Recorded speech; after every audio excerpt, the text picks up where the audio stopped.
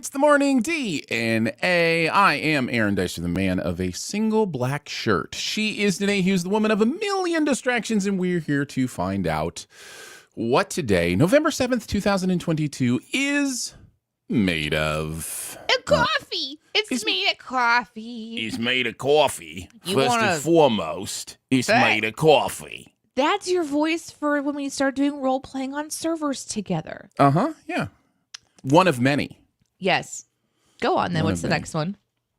Oh, coffee! Do I get some coffee? Oh man, I was really hoping you would just do the same voice, but like a little louder. Oh, yeah. Right, yeah. Yes. Welcome to a new week. Thank you for joining us as we head into this new week, our first show of November of 2022.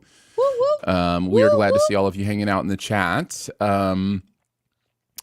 Let's see. Oh, Michael's here. Michael hasn't been here in a while. Michael Hello. Good morning. Good morning. I'm finally able to catch it. Love again. I'm going to assume that was an intentional, not catch it live again. Oh, then you corrected catch it live again. That's fine. You can catch it love again. You can catch it live again. Whatever works for you, Michael. Danae, how you doing? How's your weekend? How's stuff? Man, I am in the last few days before leaving for a little while, for a little jaunt, a little trip. So, are we going to be live while you're gone at all? You going to hop in from there? No, I don't know. I think I'm going to get there and then test to see how it's going to go. Sure. There's a possibility that the answer is yes, so we're not going to not try. But, follow us on Twitter or Discord or whatever to get updates on that. But yeah, so I am I'm doing that thing where it's like, not everything has to be done before a trip, but certain things must be done.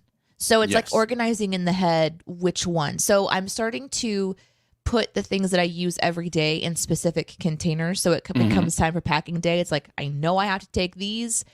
Like I feel like I was raised by the mom or the whatever that would just think of everything you could possibly need. And then you pack all of those things, when in actuality, if you do need a Band-Aid, there's probably going to be a way to get one where you're going, stuff like that.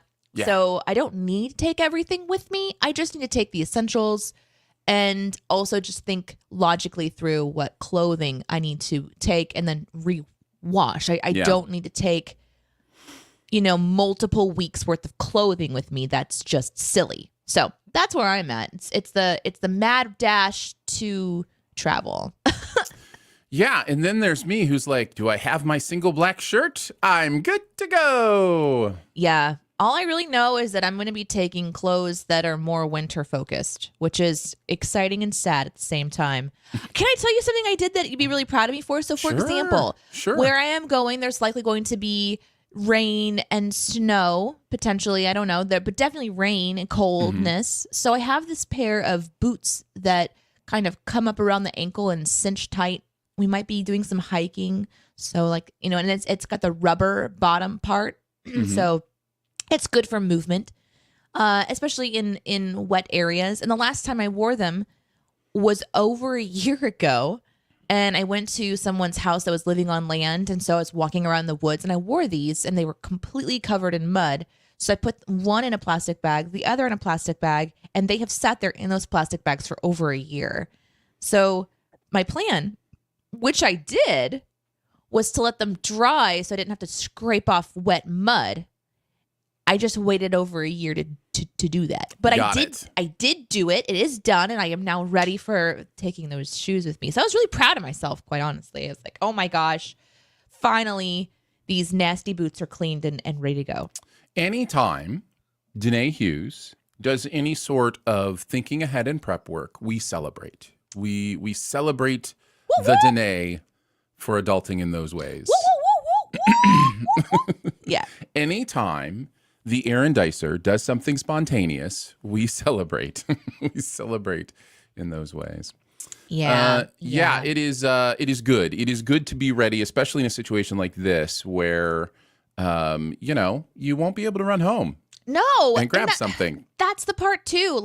And behind me is a chaos desk that's an example of things I don't have to do. I don't have to hyper organize all of my paperwork before I leave. Right. But I right. do need to find a couple important things, like passport potentially would be very exciting to have.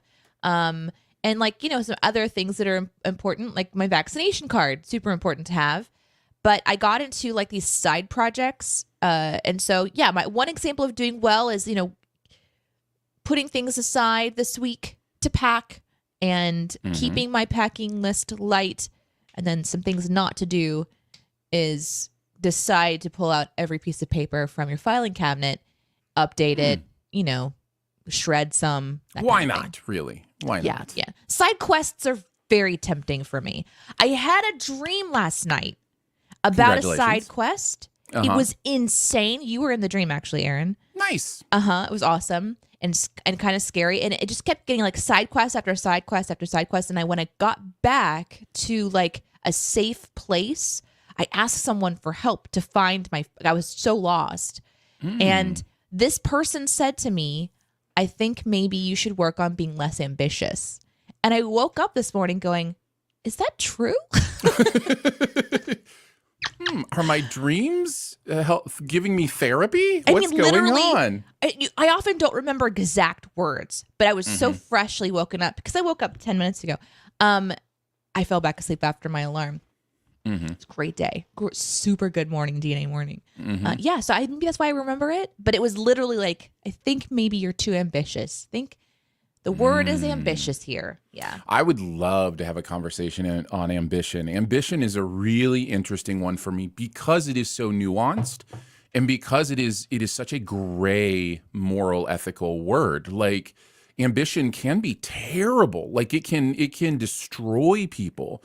The lack of ambition can also destroy people. Like it's a real interesting one. And I think I've always, as with many things, come down to the idea of how we tie ego to our motivations. So once you tie an ego to ambition, I think that's where it starts to get a little bit iffy.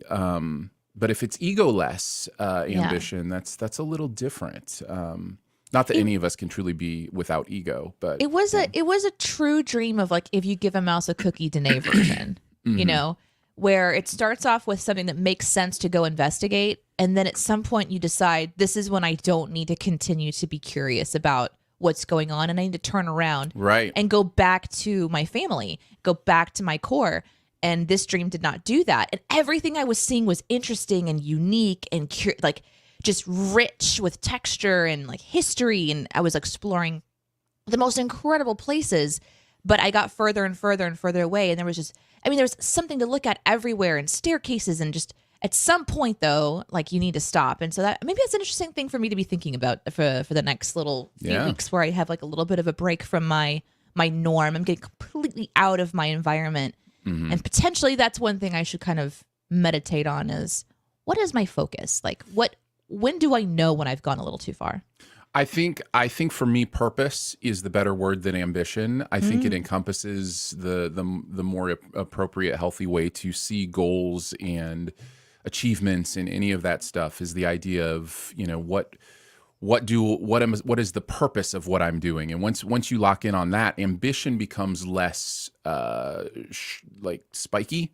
It becomes less difficult. I think as a person, I'm potentially, now again, I just woke up, so I haven't had any time to really process this, but like if I am driven by ambition and I don't know purpose, that's a dangerous combination. Correct. Yeah, exactly. Yeah, I think so. So Aaron, what's my purpose? Why am I here? Oh, I've got thoughts, Danae. I've got thoughts. We can go down those roads if you want. I believe you are here to expand people's ideas. I believe you are here to love people, to make friends with people, and to show all of the peoples that they are that they are loved.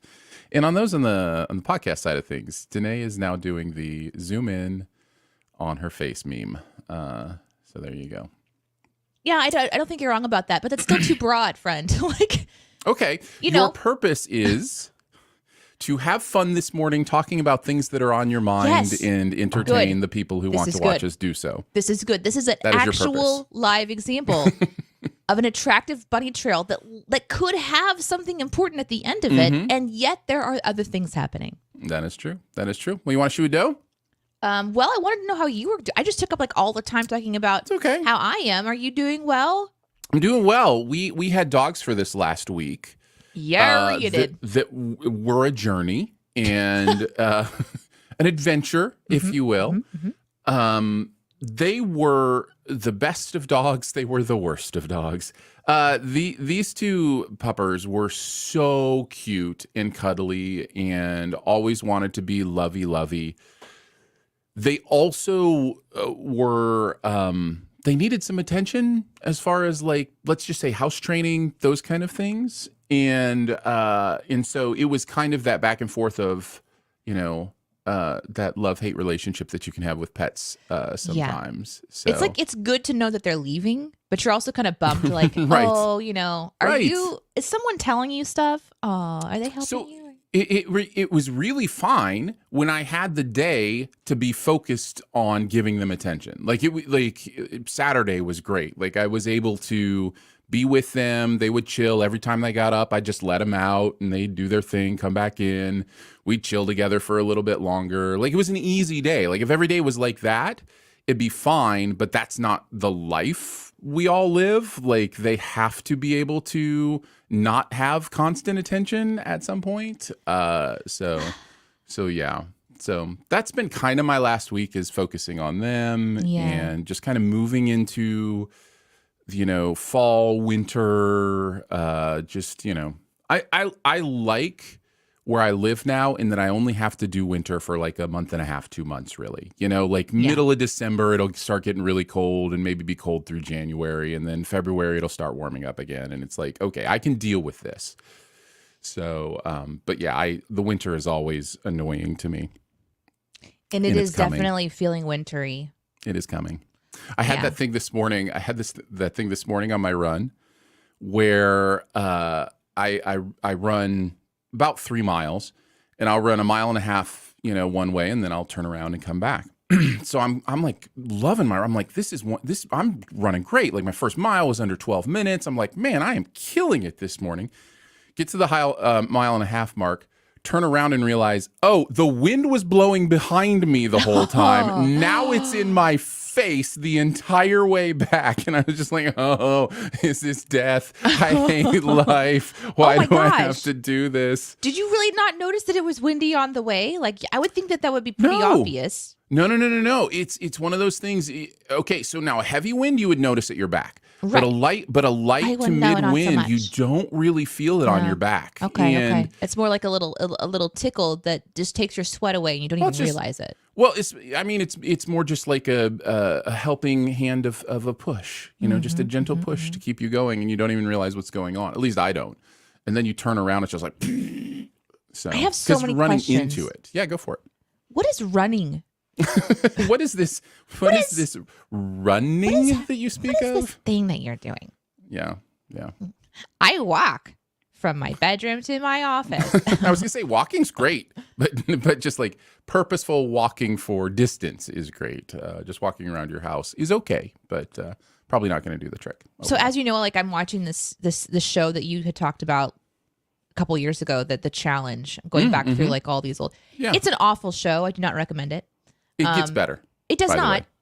I mean, I'm still. You can't say that. You haven't seen the new seasons. I'm at the part. Okay, that's true. I guess I'm not in the new seasons. But the entertainment of watching people just rip each other to pieces. Yeah.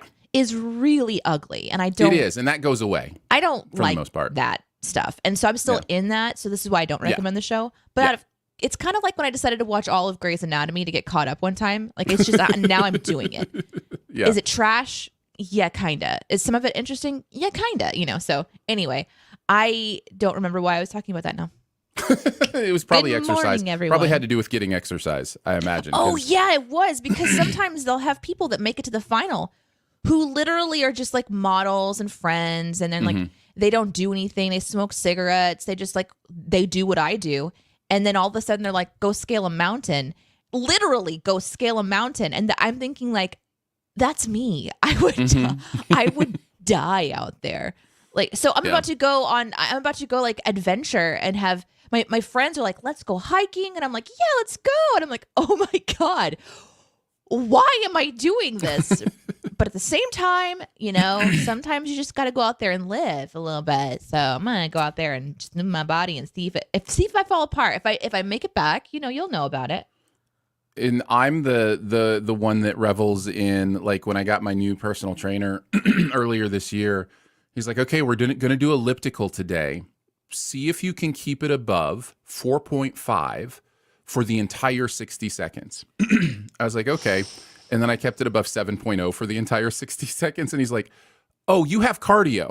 Like, Yes. You already do cardio. It's like, yeah, I can breathe. My body knows how to get oxygen. So yeah. Yes. You are super, super healthy. But if you look at me, you'd be like, no. Just try 4.5, man. Just try 4.5. Aaron and Danae standing side by side. Put me in workout clothes and you in sweats would be even better, And I'm just like sitting there like all confident, and you're just, like, kind of just haunch a little bit more. Yep. Nobody would believe that Yeah. you're like the health god. Well, that's not true. That is definitely not true. You have proof of it because of all the doctor's visits you have to do for your heart, because your heart decided my to heart do stopped, things. and now I go to a cardiologist every quarter, or maybe it's 6 months now, and I go in and they're basically like, you're the healthiest person that's ever walked through here. Carry on with your day. Like, all right, thanks. It's like the doctors bring in their friends, say, remember what this looks like? Remember these healthy hearts? Mm-hmm. Yeah, oh, exactly. man. Anyway. Yeah, okay, so that's been my week. Well, thank you for telling me. I know that we want to show dose, so we can transition if you'd like. I just All want right. to, for the visual viewers, please don't judge my desk behind me that you will be seeing. Actually, do judge away. This is what the chaos looks like. Also, Danae today also decided to wear a single black shirt. So right. we are wearing we are matching. We're twinsies today. Although mine have studs on the side. Mine has a stud on the inside, studs. so it's pretty similar. Let's move on to the D, N, A, and U. We're going to do the D topic, the A topic, and as many U topics as we can get through. So D is the Danae topic, A is the Aaron topic. So Danae, kick us off. What do you got? What do you want to talk about today? Well, I was talking with Iris, who is starting to learn to read. I mean, she's learning her sounds and things like this right now. She knows her alphabet obviously by heart, but we have favorite books that we're reading. And I found a book that I'd like to read to her. And I kind of like, my question today is, what is one of your favorite childhood books? But really, this could just be one of your favorite books that you think has a good message. I'm thinking of my kid's age. She's 5.5. And there's lots of really good books out there. So feel free to, if for those that are live in the chat, talk about a book that you think is a really positive book that's in a different age category. It doesn't have to be a child's book. But I wanted to show you guys this book today. It's called The Good Egg. Mm-hmm. And it's one of my absolute favorite books. Have you read this one, Aaron? Yes. I thought The Good Egg is great. Yes, it's a great egg. There's just some really cool stuff that authors get to do when they write something and they put it to print, and that is like introduce important thought processes. Mm-hmm. And like the books I remember reading as a kid were like the Berenstain Bears, where like little kids are learning to get along, or just kind of funny. Berenstain Bears. Berenstain. What did I say? The thing that everybody says, which is Berenstein or Berenstein. Berenstain. Berenstain. Berenstain. Mm-hmm. This is the things we're talking about. But this is a book like maybe like The Giving Tree a little bit, like where it's like at the end you're like, wow, that was a really good message. But this is kind of like The Giving Tree is weird because I feel like The Giving Tree is one where it's a message for the adult. The adult is the one sobbing at the end, and the kid is like, I understood some of those words and I could read along. You know what I mean? Yeah. This one I feel like has a really, really good message. And it's kind of like, I mean, it's huge. So I was in Barnes and Noble and I was reading this book, and it's got really huge, fun pictures. And it's essentially about this egg who is worried that all of the other eggs are bad eggs and they're the only good egg. Mm-hmm. By the way, the names of all the eggs are Meg, Peg, Greg, Clegg, Shell, Shelly, Sheldon, Shelby, Egbert, Frank, and other Frank, which I think is hilarious. Mm-hmm. And so this our hero of the story is constantly trying to go around and show all the other eggs how to like be better and Be a good egg. and be a good egg. And then that egg starts to get stressed out. And so some cracks appear on his little egg head. He goes to the doctor and he was cracking up. He'd had enough. So he decides that he's going to leave and he goes off on his own kind of adventure. And he wandered from town to town. The hours became days. The days became weeks. Lost track of time. I was alone. And out there on the road, under the stars, I really tried to focus and find myself in what I needed. I took walks. I read books. I floated in the river. I wrote in my journal. I found simple moments to be quiet. I breathed in. I breathed out. I even started painting. And for once, I found time for me. And guess what? Little by little, the cracks in my shell started to heal. My head no longer felt scrambled. I started to feel like myself again. And I've made a decision. I'm returning to my old carton and my friends. And besides, I'm kind of lonely out here. And that was a really good message, but it goes on to say that I will be good to my fellow eggs while also being good to myself. And then when he gets back, he kind of essentially learns that it's okay. It's not like before. Here's what I realized. The other eggs aren't perfect and I don't have to be either. And I am okay with that. The old carton is back together again. We're a solid dozen and it's good to be home. And he kind of realizes that just living with the chaos of other people and what other people have going on, it's not his responsibility to fix it all. And because I tend to be somebody who likes to fix things and point things out, like I'm kind of designed to walk into a room and see the positive and the negative, like places for growth. And negative is an interesting word. Like if you point something out that could change or evolve or something, people can perceive your opinion as being negative because you want to change things. So growth opportunities, we say in the business. Yes, but there's a way to go about that, you know. And so over time, like you as a person can see those things and be gifted, but it's a conflict, and so you end up taking on the stress yourself, or you end up giving other people the stress that they weren't stressed before you got there. So there's just like this really interesting lesson, spoke to me as a person. And if Iris picks up on who I am, it may help her too. So I don't know if she's going to be this kind of person. She's already a bit of a micromanager. So I have some suspicions. She might want people to fall in line and do what she wants. And so I wanted her to kind of have this lesson.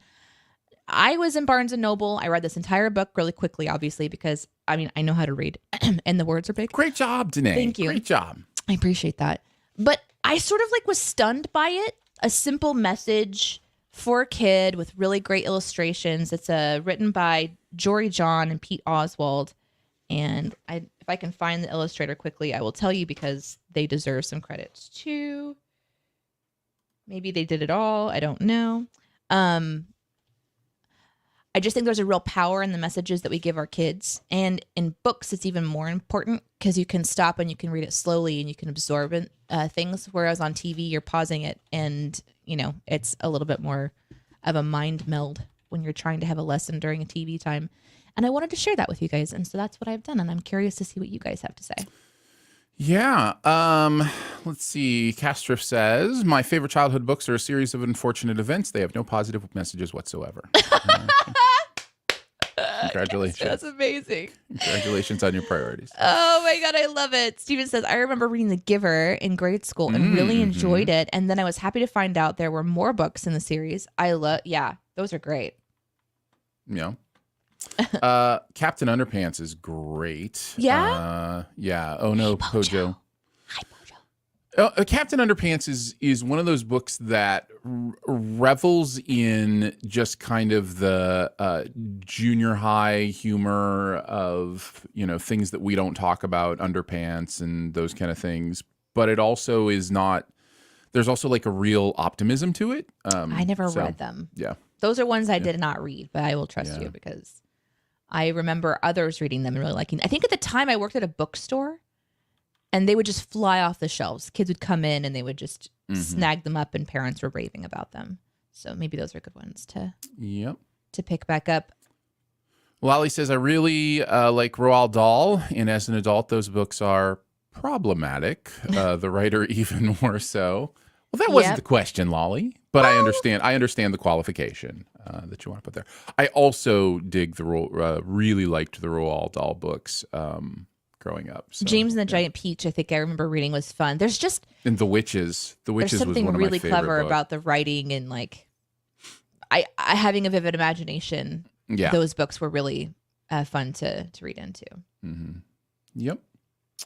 It is interesting too because there are levels, like there are reading levels, right? Like Roald Dahl is kind of more in the even like Chronicles of Narnia reading level. Like, it's different than The Good Egg, which is, kind of, brown bear reading, brown bear, what do you see? I see a red bird looking at me, like that kind of stuff. Good Night Moon, Hungry Caterpillar, those kind of kids' books. There's another book that I read quickly and then I didn't pick up, but I need to. I think it's called Your Voice is a Trumpet. Interesting. Let's see. Yeah, My Voice is a Trumpet. And there's it's like a rhythmic one, but it's about how you can use your voice for good, basically. Like, or you can use your voice for, it's a powerful gift that you have and you kind of get to decide what comes out of it. And so that might be another really good one. I've also really enjoyed ones that are historical. Like, I know that's kind of silly, but at the same time, a lot of the books are really fun and things like that. But there's some that are like a little quick history of, for my daughter, I'm specifically picking powerful women, of course. Like, let's learn about this person. Let's learn about Harriet Tubman. You know what I mean? Beastly Moron has a suggestion that I don't think I've ever heard of. I highly suggest The Incredible Worlds of Wally McDougall. Ooh. They have fun alliteration titles as well. That sounds great. Wally McDougall. Okay, I'm writing that one down. Magic School Bus is a very good one. I loved those books, and Iris does watch that TV show. There's a newer version and there's an older version. Although I am limiting the shows that she can watch because there's just so much that's so fast paced. So I might revisit that one when she's a little bit older for pacing purposes, not for content. Dr. Seuss, of course. Yeah. Dr. Seuss is really fun for learning to sound out your words as you read as well, because there's fun words that are put together in that material that is going to rhyme, and so it kind of helps you to do some sounding out. Well, in Seuss was great with the message part too. I mean, Horton Hears a Who is one of the greatest messages we can. Good. Yeah, it's so good. Green Eggs and Ham even has a great message. We've used Green Eggs and Ham. Yeah, like, you don't know. Remember what happened when you finally took a bite, and then she will hopefully. Yeah, Seuss is great. Seuss is clearly great. One day, finally take a bite. And so is you mentioned The Giving Tree, but like Shel Silverstein's Book of Poems those are really fun too. Like. And I have those, yeah. Those are good. Did you ever read Where the Wild Things Are? Was that we have like, that big one when too. You were a kid? Yeah, that's always a interesting one too, because there's so much imagination there, and it almost allows children when they read it to kind of let themselves become a full version of themselves. Like it kind of feels about like, these monsters that we hide, and maybe these monsters are just part of us that we need to learn to live with and control. And like, it's actually really deep when you start to think about that book and kind of what it's saying. So, yeah. Well, that's my thoughts. I'm hoping to put aside a few books that Iris and I can try to read together while I'm gone. And we, obviously we can video record and stuff. So I'm thinking about going and picking up my own copies and leaving them for her too. So got to find ways to stay connected to the little one while I'm traveling, and reading is a potentially good way to do that. Although she really likes hanging up on me. Just anyone, like the She's big hung up on me so many times. She is not. Now listen, let's be very clear. She gets this from Danae. Danae is a hanger-upper on. Danae is the kind of person, if you're on a phone or a call with, she'll be like, bye, and she'll like hang up before you even get to say bye. Like, but why do I need to hear you say goodbye? Right? Like, it's over. I decided it was over. It's over. Everybody knows. I gotta we're go. Moving on. Yeah. If you're with me on the other side of that, we're going to be friends for a long time. If you're highly offended that I don't linger on the phone for a very long time and do the bye-bye thing. The bye-bye thing. Okay, bye. Have a nice day. Oh, no, you too. Just the disdain. Oh, the disdain right. with which you speak of the idea of having cordial goodbyes. No. You're great. No. Thank you. Okay. Yeah, just call me. No. That's no problem. Okay. Why? When I can just be like, okay, I'll talk to you later. Bye. And then it's just the chaos of Danae is the chaos of Danae. I know I'm going to talk to them again. Sure. And I'm on with the rest of the things that I have going on. The chaos. Yes. I'm just saying Iris comes about it honestly. It is not. Or Maybe it's the gigantic red button on the screen that's just calling her name. Could Why be not that as well. hide it? Just hide it. Could be that as well. What about you? What's your topic today, Aaron? All right, let's talk about it. The A topic for today: have any good technicians coming over to the house stories? There are many times in life when we have to have somebody come into our home who is a stranger to us, but they are there for a purpose. They're there to fix something. They're there to do some work, whatever the case may be. I have one of those situations going on today, and it's one of those things where, okay, I guess I can tell the story many different ways. Let's just start here. Our Buckle up, everybody. our ice maker has been leaking, I'm going to say, for 15, 16 months. It is just like we just put a towel down. Occasionally the ice will run out and we'll be like, why isn't it making ice? Because all the water's leaking. Occasionally we have to chip giant ice blocks out of the bottom of our freezer because all the water just pools down there and then freezes. Do you think about it being like a game from the challenge where it's like if you don't do it, then you're yes, like yes. That's how you have to think about it. Mm-hmm. We hadn't chipped that ice block out in a while, and last night did, and it was, I'm going to say, 1.5 to 2 inches thick. Like any more, and it starts to interfere with the drawers in there. Anyways, point being, this is typical Aaron, where it's like, we can live. Like, we can live with this. We can replace the towel every once in a while, chip that ice out every once in a while. We're still getting ice occasionally. Like, we can live with this thing. it'll be fine.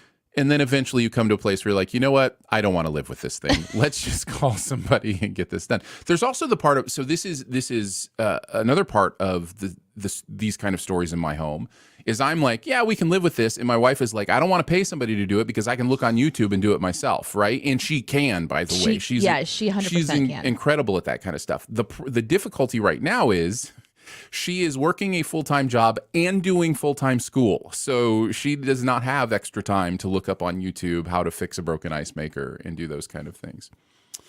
So eventually we broke, and I called somebody this morning, and they did the thing that technicians do, which is like, okay, here's your window, 8 a.m. to 5 p.m. No, somebody that's will the be whole over. day. It's like, what is that? That's not a window. I mean, technically, it is a window of time. No, it's like removing an entire wall of the house. That is not a window. That is it's a gaping open wound of time. It's like a vacation house on the beach where the entire right. wall is Is the technically a window. door that you can close, but then you can open it up for a breezeway. It's like one of those, yeah. So I'm like, okay, 8 to 5, whatever, guys. But it just got me thinking of those weird, interesting, awkward things when other people's, that you've invited strangers into your home, and how does that go? And are they professional, or are they want to talk to you about their personal life, or, everybody's got those different kinds of stories. So I recently had a guy come in and spray for bugs who hadn't been into our house before, and he wanted to tell me all about his job. Like, he wanted to tell me all about how it works, where he had to spray, and I'm just like, I think I'm paying you to do this so I don't have to have this education. Yeah. I don't have to go to school. I'm going to interrupt you real quick. Is this based on how much time you spend here, or is it like a fee? No. Okay. Now, to be fair, he was working the entire time. Like, he was just, it was just because he was going around the room I was in. He was just like, while I was there, he had to fill the space, which I understand. It's a very human thing to do. It is a very human thing to do. It is what we do. Like, if we stop talking on our show and just let the silence exist, everyone would start to squirm. Which is kind of fun to think about, actually. We do hate it. Lolly says, hate it. I'm socially awkward at the best of times. Strangers in the home is worse. And then also adds, my dog is afraid of men with long beards. So I live in Idaho, and the lumberjack look is big here. Yeah. That makes sense. Yeah. I have dogs. When anyone comes over to the house, right. whether they've known the dogs since the moment that they began existing with us in this household or in other households we've lived in, they just bark a lot. They find it to be their responsibility to let everyone know. And they have they're just on that transition. They're just on that cusp of yippy dog bark and big bark. So sometimes it's just nails on a chalkboard for me, which is the yip. Like the big wolf I'm used to. I had a Saint Bernard and a pit bull, and their wolves were like really like pronounced. So I prefer the big wolves to the yip yips. But yeah, one or two of those, and they're like, that's all I need. These dogs, it's like, I'm gonna keep going so that you know that I'm still here, down here. See me down here? I'm down here. Yeah, I got you. Yeah, those ankles are mine. You know, that's my dogs. Yeah. Castor says, I had a plumber come and repair a leak in my bathtub faucet. It required him to turn off the water main, but in the middle of the appointment, some power washing company came by and turned it back on because the HOA hadn't notified them. Water came through the faucet handle all the way to the back wall of the tub. Fortunately, there wasn't permanent damage. Oh no! What horrible timing.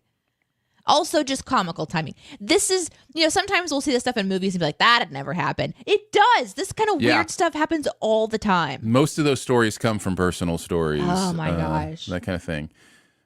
JCD says, we rarely have technicians over because my dad is I'll fix it myself kind of guy. The only interesting one is when our recent upgrade with internet required someone to run a wire from a pole with some communication dishes into the house. Yeah, you don't want to mess with that. I mean, my dad is also the fix-it kind of guy, and he might be like, I can do it. Yeah. But, yeah, we don't mess with that. Lolly says, Hubs and I had the same day off in summer, so we slept in late. At 9 a.m., I woke up to the sounds on the roof. Our landlord had said they were going to have the roof inspected, but didn't give us notice. So we woke up to random people on our roof. We had to raise a complaint. They're supposed to let us know before coming onto the property. Wow. Yeah. There's some things I don't miss about like the renting situation. Have you ever had, this is a separate topic, but have you ever had the friend that doesn't have door boundaries? I had a friend growing up who literally would just walk into our home, wouldn't knock on the door. Like he would wake me, he would walk into my room and just wake me up in the morning on the weekend or whatever. Wow. Like he had no concept of the idea of this isn't my personal space, so I don't just get to walk in here. Now, granted, part of that could be solved by locking doors, but it's one of those things. So. Yeah, no, I don't think I ever had somebody internally. Well, I do now. She's 5.5 though, so there you go. It's exactly like that, but with a grown man. I also have like where I'll close my bathroom door. And I have just added, like one of those over the door hangers on for like my robe and my towels and stuff onto my bathroom door. So I'm used to just like hitting it in a certain way and it'll close and like latch. But now it stops a little early because of this additional piece of equipment, in the door jamb. Mm-hmm. And it's tight. So it doesn't swing back open or anything. And so I still haven't registered that it's not closed. So my dogs have taken to they'll just walk in. Well, what's really awkward is that I'm expecting to see a child's face, and there's no face there. Or like there's so many people that interrupt me going to the bathroom. It's wild. Like I could have guests over and I will bet money that one of them will just walk in on me in the bathroom because, as a mom, you don't get time to yourself unless your child's at school. No. So, but it's like you guys too, dogs too. You guys can't just leave the door alone either. Like I'm okay in here. I'm fine. No one needs to check on me. Yeah. Give me some space. I just got a toots. I just am reminded of the same person who came over to spray, also telling me a story that I didn't ask for, but he was clearly in story mode. He had asked, well, it was related. He had asked me, hey, is anybody else home? I was like, no, it's just us or whatever. And he was like, yeah. He's like, I was at a guy's house, and I was like, anybody else here? He's like, nope, nobody's here. And then I go into their bedroom, and there's his wife. Whoa! And I was like, hey, that's on you, man. You told me nobody else was here. Oh, my gosh. The stories that he said in all her glory. I think that was the phrase he used. There's his wife in all her glory. I mean, the stories that any of these people have going into homes, it's got to be just they the must strangest have stories thing, like that, yeah. Like the most awkward one for me is recently, but I had a heating and air conditioning people coming over, and I missed the first visit. And on their first visit, they were kind of instructed like, we're just going to replace our unit. So go ahead and leave. And they didn't actually tell us what was wrong with the unit in the first place. So by the time I'm involved, I have questions like, well, so now that we know that this new heating and air conditioning unit costs like $75 bajillion, Right. how much does the repair cost? And because they hadn't done the analysis on the repairs, they were unprepared for that question, called in the repair person again. So now we're just, they come over to the house and they're like children. And this is one way that I know that I'm aging, is that people who are now professionally hired by companies look like teenagers to me. And I'm just like, I forgive me. Can I talk to an adult? Because I hated that when I was in my 20s. Like I hated not being taken seriously. But this person, this professional young person, said to me that they, quote, yeah, I really don't like giving quotes about this stuff, unquote. And that's really when the visit turned awkward for me, because it's just like, oh, you're also so young that I now have to teach you how to do your job. So let's have a quick chat about why you're actually here at my house, which is to give me a quote. And if you don't want to do that, you're going to have to figure something out, because I need to know how much the repairs are going to cost. That was a really awkward visit, because I was just, like when you're told that your repairs are going to be upwards of $30,000, and you're just like, I don't believe you. I don't believe you, and I now want you to go. By the way, I called somebody else and they fixed it for under $200. So I didn't believe them for a reason. It is true. It is true. So yeah, that's the most awkward. Usually it's like it's fine. I'm probably the chatty one that they're like, lady, stop talking. But that one was awkward because it was it was uncomfortable because they didn't want to do their job while they were there, and it's just like, wow, so you're, I don't know why you're here. Yeah. Michael says, I met one of my fellow tenants when I had a plumbing issue. I didn't realize until after my landlord told me. So yeah, there you go. Eek. Let's see. This is interesting. Doc says, having grown up in a Christian household and moved around a lot, we've had people who were like, let's use the church to move our stuff, help with yard work, and so on. That way we can save money, even if we can totally pay for it. Don't do this. It's a crappy thing to do. There's an interesting shift that can happen in a community. Where a healthy community is like, let's help each other out. This is healthy community living. Healthy community living is let's band together and help somebody out. Let's band together and help them through this tough situation. Let's band together and help clear the leaves from their yard. And then there's this shift that happens where people take advantage of that. And then there's people who like, hey, come mow my lawn. Come do I live in a community with you. Come do my thing. And it's like, that shifts the entire onus of the idea of service and helping and the idea of lending a hand. Because at that point, it becomes inappropriately, the motivation becomes inappropriate. So it's tough. Yeah. Healthy community is something that, though, you don't really get to define for yourself until you're older. So if you're raised in it, that's just something that you're kind of introduced to. And when you're a kid, you're like the labor in those moments where I think the intention is often, kind of good, but at some point there's like a give and a take. And Doc does clarify. He says, and to clarify, it's okay to ask for help. That is a great clarification, Doc. It's okay to ask for help, but then there's taking advantage of people.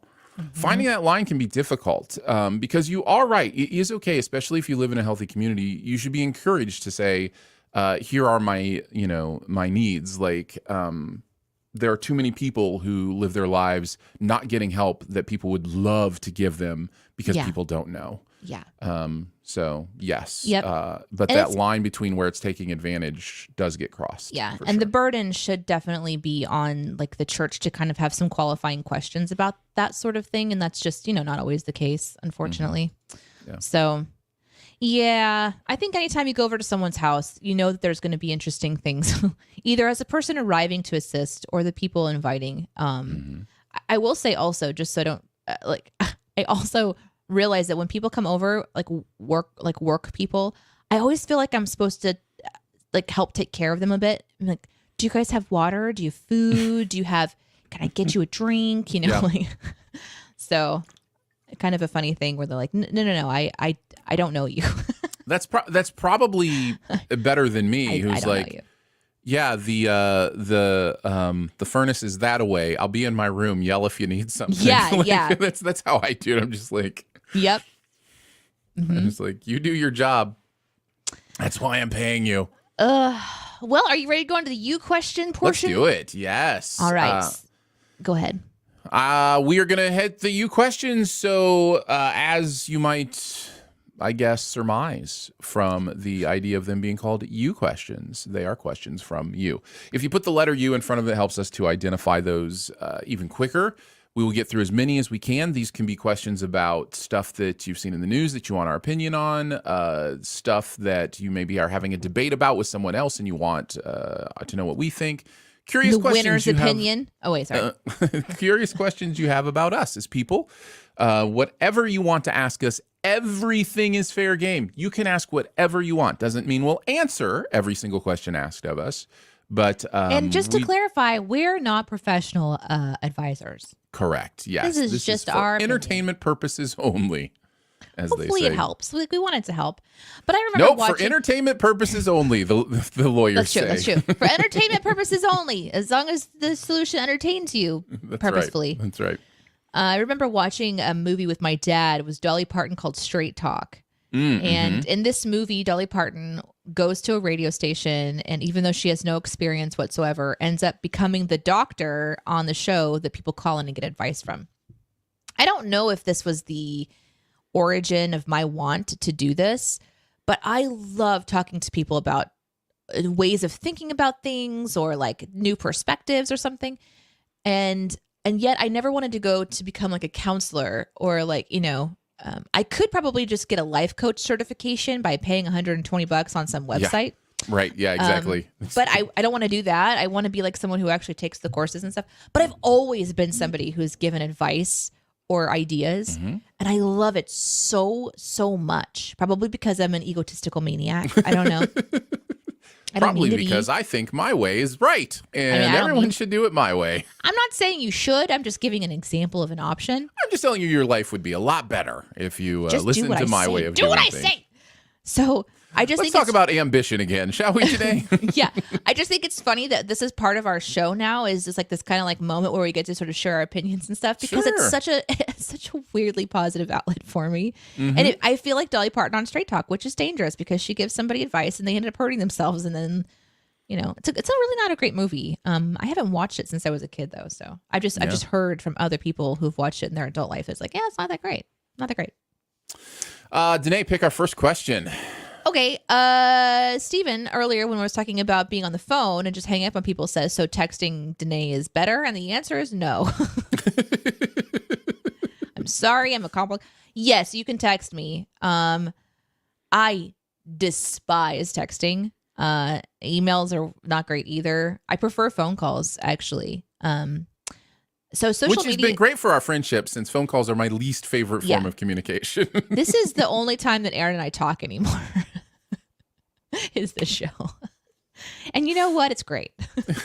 It works. It works. Fine. In person is best. I love in-person conversations, but that just obviously as time goes on becomes impossible for keeping up with everyone.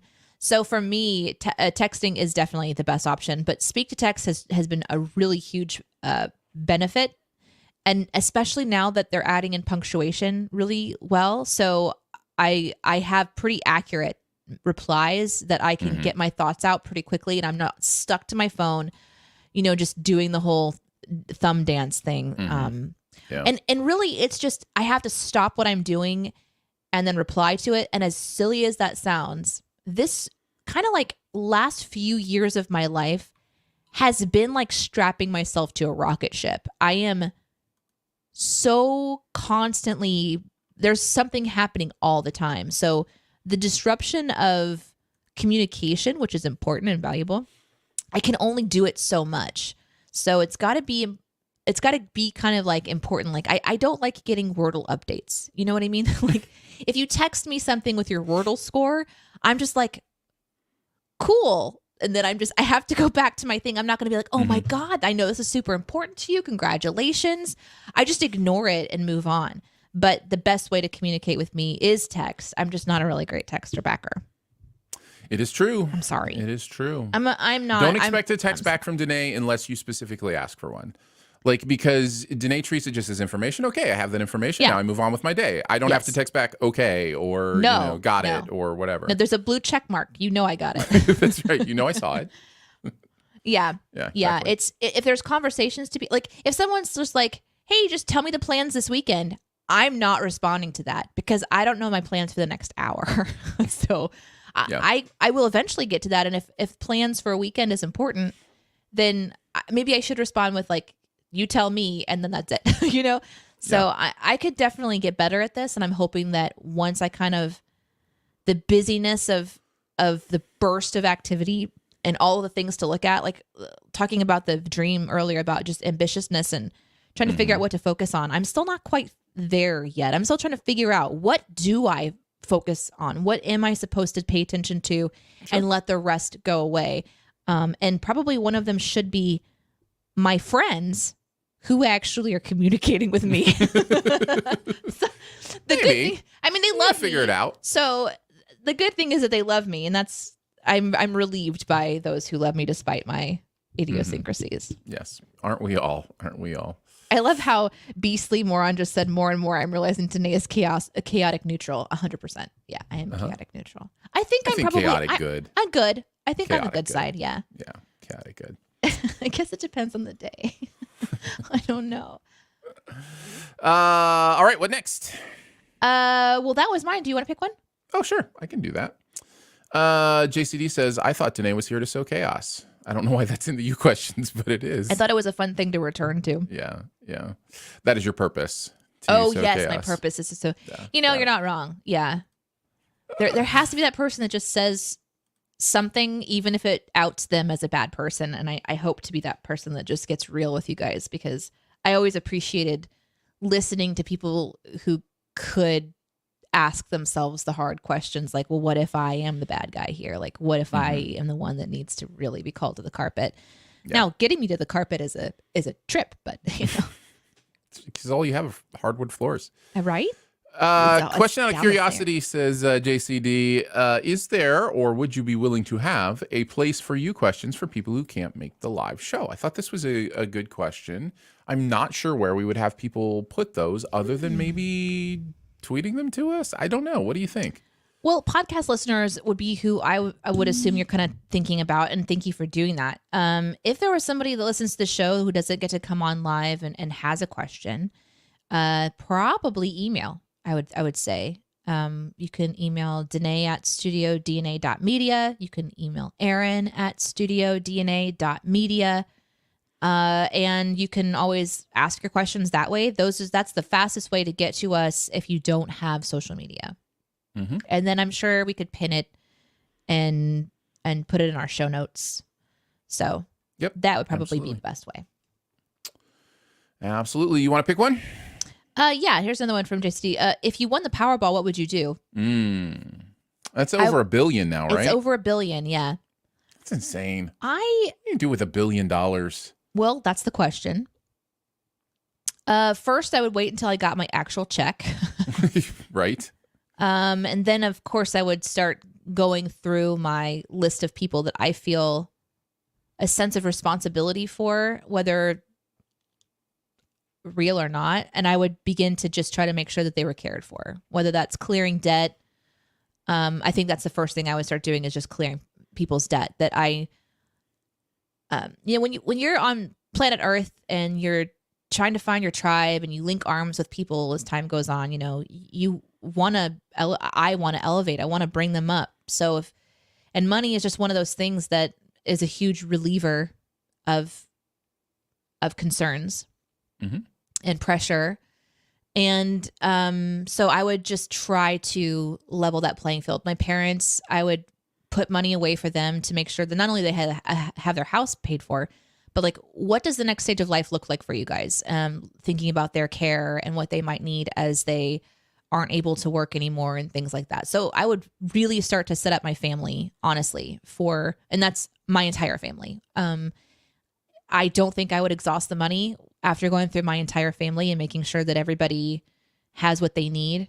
And if I had some more left over, obviously savings and stuff would be nice. Just, I'm going to be the old mom for Iris. So I want to make sure she's okay and has resources when she gets older. So I'd probably try to hire some lawyers and put up some trust funds for her that kind of drop into her. So she kind of knows that at certain stages of life, she's got some relief coming her way. Yeah. So I would do boring shit. I mean, stuff. I would also do boring stuff. Pretty much same answer. I think it is really, no. I would build an indoor water park for myself. Okay, moving on to the next question. Just kidding. Yeah, it's boring answers all around. But next question: are there more doors or wheels in the world? It's a good thought experiment. Is this like a philosophical question? Like, is the idea that people build doors, they build walls between us, but some people build wheels to get to each other? How many wheels don't include doors? How many doors don't include wheels? Lots. Lots of doors don't include wheels. I guess the place where you would find, I mean, if you're talking about, we're just talking about wheels. We're not talking about all round, like we're not talking about gears. We're literally talking about wheels, right? I wanna welcome Beastly Moron to the show, where we take a simple question and we turn it into the deepest conversation. Well, this is what Beastly Moron wanted. This is wheels. Like they need to have an axle attachment ability, right? Like you have to. Right. Yes. It's not a circle that can technically roll. Correct. It's not a sphere. Correct. It's a wheel. Doors are a much more expansive category of thing. A door is anything that leads you from one environment to another. So, But is it a closing door or is it a doorway? Yeah, I mean... Closing door.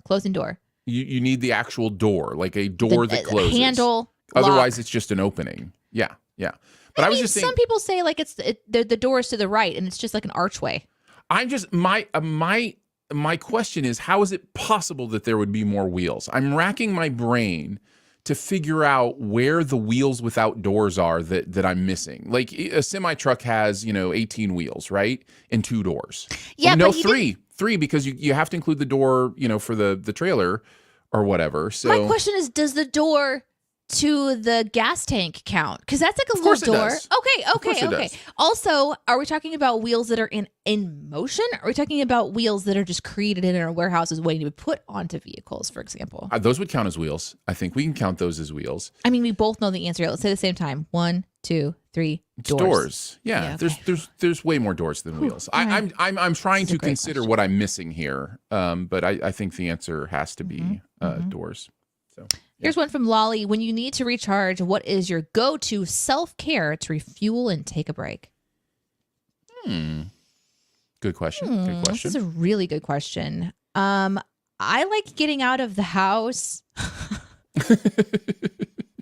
I love just getting in the car and driving, although gas and stuff makes that less of a luxury or more of a luxury and less of just something that I get to just do without thought. When I remember when gas was only $1.99.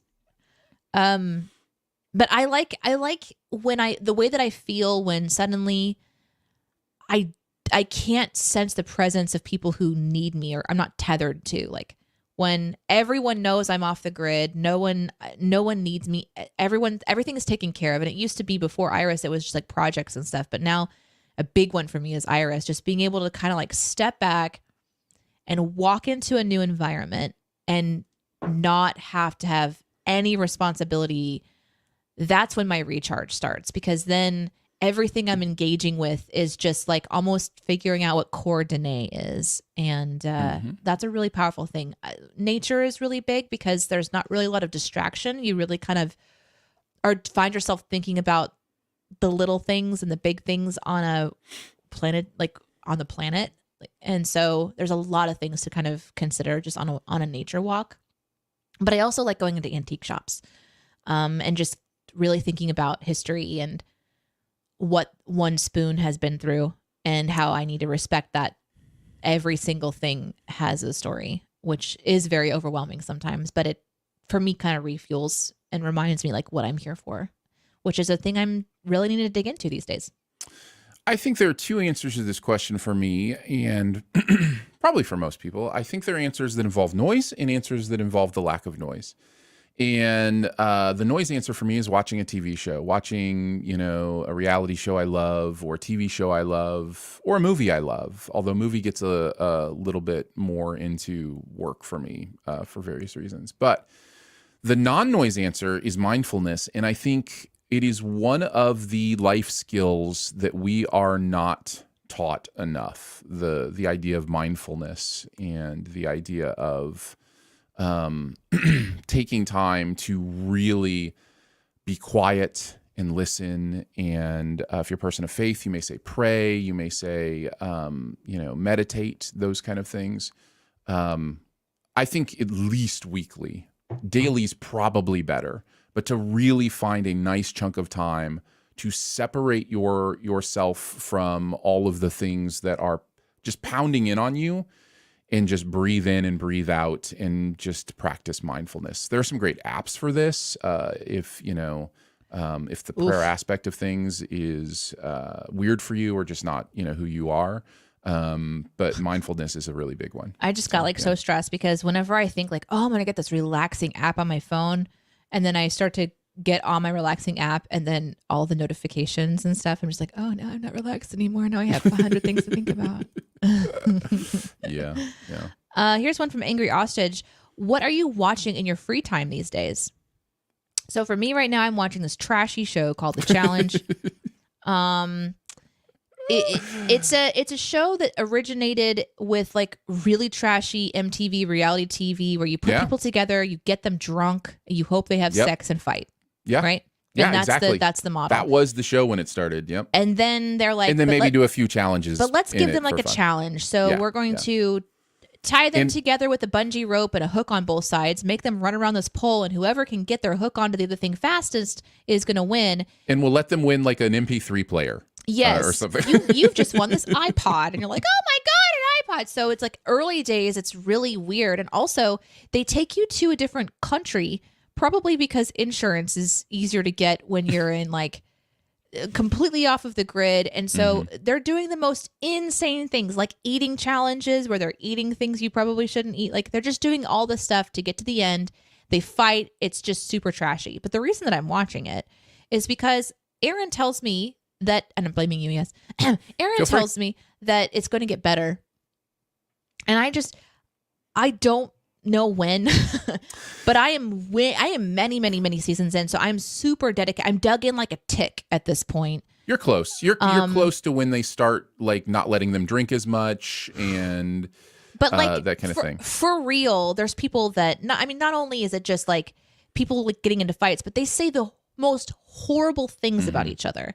And there are some pretty strong personalities that win a lot that I despise. How they talk about women, how they talk about other people, just they just openly use people. It's really hard to watch. Why am I watching? I don't understand it entirely, but I think it's kind of like when I started to watch Hoarders, and I was like, I'm morbidly curious about this, and also I just don't ever want to get this far. So like the challenge for me is I don't want to become this kind of a person.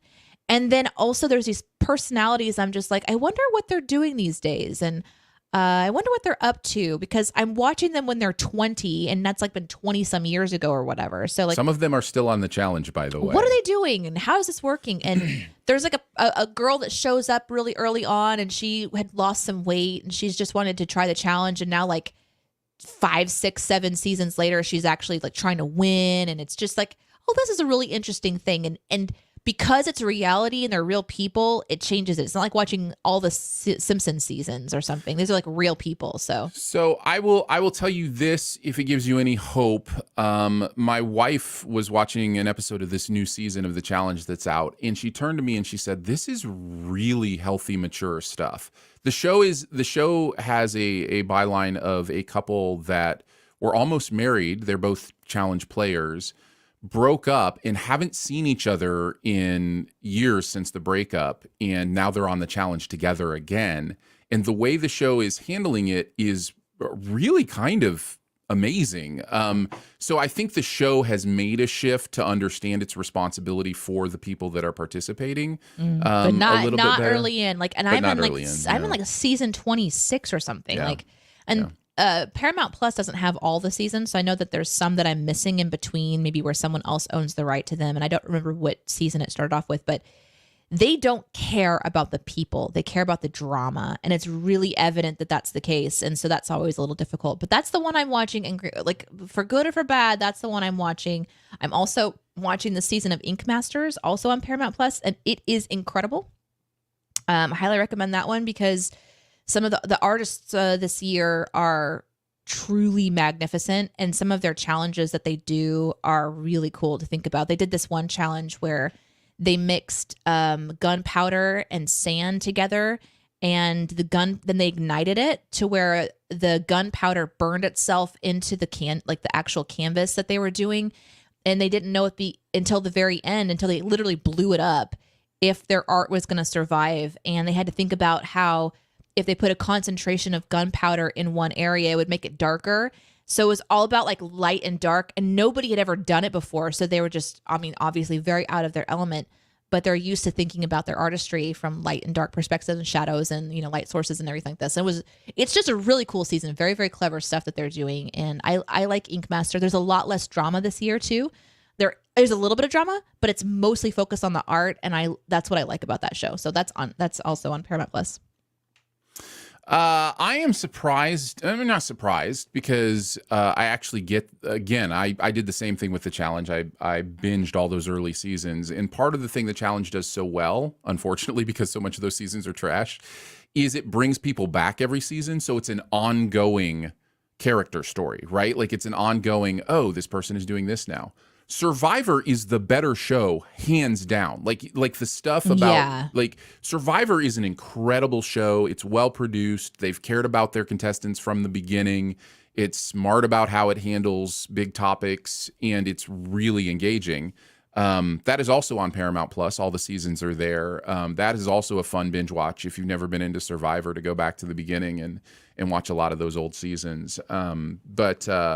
Yeah, for me, I have so much stuff on my list that I just look to see what's next on my list, and I start watching that. I literally have a spreadsheet that tells me what to watch. And the only question I ask myself is, am I more in mood for drama right now or something light? And I have a list for both. So there's so much of that, so much everywhere. Mm-hmm. Great question. Yep, good stuff. All right, your turn to pick one. This is amazing. Lots of you questions today. I know, it's exciting. I just got a notification that the repairman is on their way. It's a beautiful day. Let's go with Medina here. You topic: how do you tell and or support a friend when they had made a large bad purchase? Man, some people got to learn their lessons, Mm-hmm. That's really for like my mom and dad. I love you guys, and I know that you listen to the show, and I'm not slamming you. They will make a purchase that I'm just like, why did you do that? But they have it in their mind, and they didn't ask me for opinion beforehand. So the only thing I can do really is just go, if you want my opinion about this. So usually what I'll do is I'll be like, hey, and that's my family, not a friend. So you made that call, you got a plan for how you're gonna like pay it down, or what do you think? And they've always got a plan, and I'm like, okay. And if they see my face and they'll think, well, what do you think? Well, then I'll answer their question. But if they don't ask for my opinion, it sucks. But sometimes they just got to learn, in a way that maybe they should have done a little more research or something. Try to catch it before the purchase and offer your do you want me to help research on ideas, and just interject when I was doing this before, I almost, bought something at 17% interest, and that would have been terrible. That way maybe they don't know what they're doing is a bad idea. But if it's afterwards, not much to be done, I don't think. It's difficult. It's always difficult to talk to somebody else about how they use their own money. The problem is sometimes it's how they're using money they don't have. That's where it becomes really difficult. Things that people go in debt for I don't know how to handle that. I hope I've taught my children. I certainly think of my children with a question like this. One of my children will buy, an expensive something or other when, they have an insurance payment coming up or whatever. And for me, I go, well, at least they're not putting it on a credit card. They're literally paying their own money for it. And then I just try to remind them when the pain hits down the road, why the pain is hitting. This is why the pain is hitting right now, because you made this choice a month ago, and try to develop that idea of forethought, which is a tough one. So money and learning about how our resources work is one of the life skills, again, that we just are not taught enough. Debt is such a terrible, the stats on debt in America are, they're debilitating. They're depressing. Like the fact that most Americans have a negative what's it called? Value, a negative personal, it's not personal value. What's it called? Anyways, it's wild to me. And I just, there are very, very few forms of quote unquote good debt, very few forms. And some would say there are none. I'm not in that boat. I think home debt, if handled appropriately and based on what you're making, is a good debt, is a positive debt. But other than that, net worth? Net worth was the word I was looking for. Yes, thank you. The most Americans have a negative net worth because of all the debt. It's just wild. And debt is looked at in so many circles as the way you get ahead. Oh, it's okay that I'm going hundreds of thousands of dollars in debt because my business is going to take off. And there have been stories about, people who started in garages and just maxed out a bunch of credit cards and now they're wealthy. And it's like, yeah, but that's one story, and that person got lucky in this way and this way and this way, and you are so much better off to live within your means, figure it out, make money however you can, make money, and live within what you make. But, I like that Medina said, and support. Like if someone's made a mistake, sometimes, and when they know it, the last thing you want to do is like really point it out a lot. So, if they're like, man, now I can't make this payment, or now I've bought this thing, it's falling apart. If you want to offer support, one thing you could do is just be like, yeah, let's figure out how we can get this solved. So whether it's trying to get it sold and you just take the hit, now you don't have that thing anymore and you're just paying down the debt of it. Like maybe they bought a car, it's only worth like half of what it is. Get it out of your life and pay down that debt. Get it out. Like, let's fix the problem. Let's do it together. Come up with ideas for a side hustle that can make a little bit of money. There's so many side hustles. I get like notifications all the time about side hustles. And of course it's a little bit ridiculous. It's like, how to make $3,500 a month on this side hustle. And you click on it. It's just like, I don't want to do that. I got a notification the other day that was literally like, you're never going to believe what this person does for an extra X amount of money a year. And it's a company that you give them your poop sample for research. And they pay you like $300 to $500. And what this article did is it said, so if you poop every day, then and they take your poop sample, that's X amount of money every year you could make. And I'm like, that's not what this company is paying for. They're not paying for one person to poop every. Anyways, so there's things you can do to try to give them ideas of how to get out of it. And I think hope is really important. Like, that's a mistake has been made. Let's find a way to get through it. That's a crap way to make a living. Right. That's terrible. All right. The repair person is 5 minutes away, so we should wrap this up. I do want to just say that Medina's question has birds at the beginning and end of it. I'm assuming that's in relationship to the purchase of Twitter by one Elon Musk. Medina, I read something that Twitter loses about $4 million a day right now. Let Elon know, since you're obviously friends, what we said, and hopefully that'll have some impact. And if you're friends and you want it, that's good for you. Yep. Okay. Thank you guys for the show, for being here while we record and we do what we do, for asking questions and for having fun with us. Whether you're watching on Twitch or YouTube, we really appreciate you guys. Or Facebook. There's some that watch on Twitter. Hi, Elon.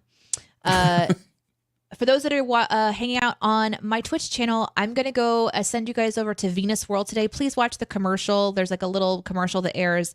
She is a independent singer-songwriter in England, and I just think she has a really beautiful setup, a really beautiful voice, and a great personality. She's got like 68,000 followers on Twitter or something like that. So she's really, really talented. So we're going to go over there. She's a sweet, sweet person. But if you're feeling more like you want like a little jazzy vibe, Selecta 70 is on today, and I love watching Selecta 70. But I've got Venus in my ears right now, and it's like this nice chill vibe. So hopefully you enjoy that, and we will see you hopefully next Monday. But again, watch our socials in case that shifts and changes, because I will be traveling, and you never know what's going to happen. Correct, and lots of holiday stuff coming up. So yeah, just stay in touch, and we'll let you know when we're going to be live. So we'll catch you on the next Monday or Sunday. Bye.